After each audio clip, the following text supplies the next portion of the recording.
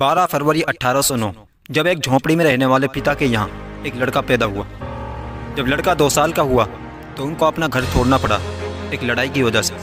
जब वो 7 साल का हुआ तो उन्हें वो जगह भी छोड़नी पड़ी थी जहाँ पर वो आकर बसे थे। जब वो 9 साल का हुआ तो उनकी माँ की डेथ हो गई। गरीबी की वजह से वो पढ़ नहीं पाया, कुछ ही दिन वो स्कूल गया था। फिर उन्होंने पोस्ट मास्टर की एक जॉब की।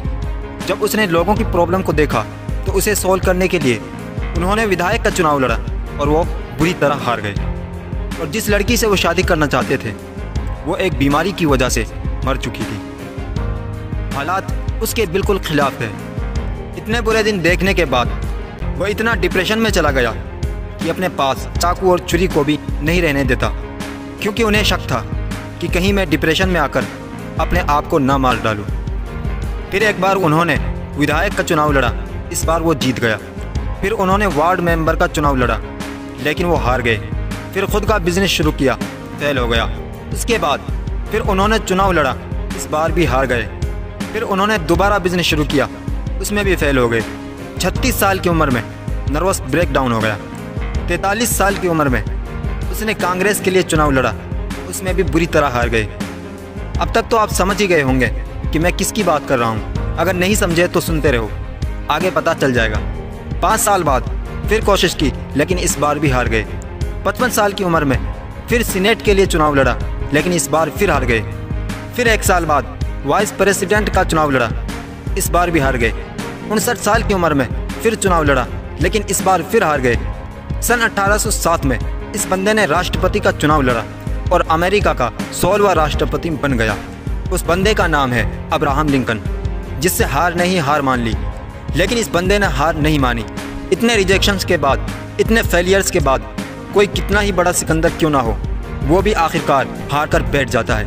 लेकिन उनके अंदर एक जिद थी हार ना मानने की, इतिहास रचने की।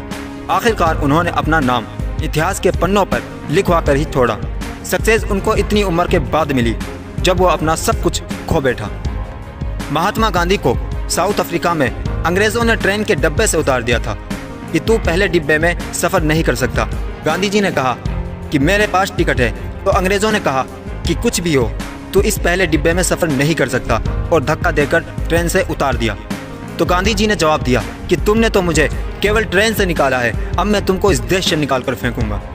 इसी तरह एक और कहानी जो आपको ज़िद्दी बनाकर छोड़ेगी। दशरथ मांझी की पत्नी 57 किलोमीटर तक फैले पहाड़ से नीचे गिरकर मर गई थी। उस इंसान के मन में जिद आ गई कि इस पहाड़ को तोड़ना है। 22 साल लगे, लेकिन हिम्मत नहीं हारी और केवल एक छेनी और हथौड़े से 57 किलोमीटर का पहाड़ तोड़ डाला।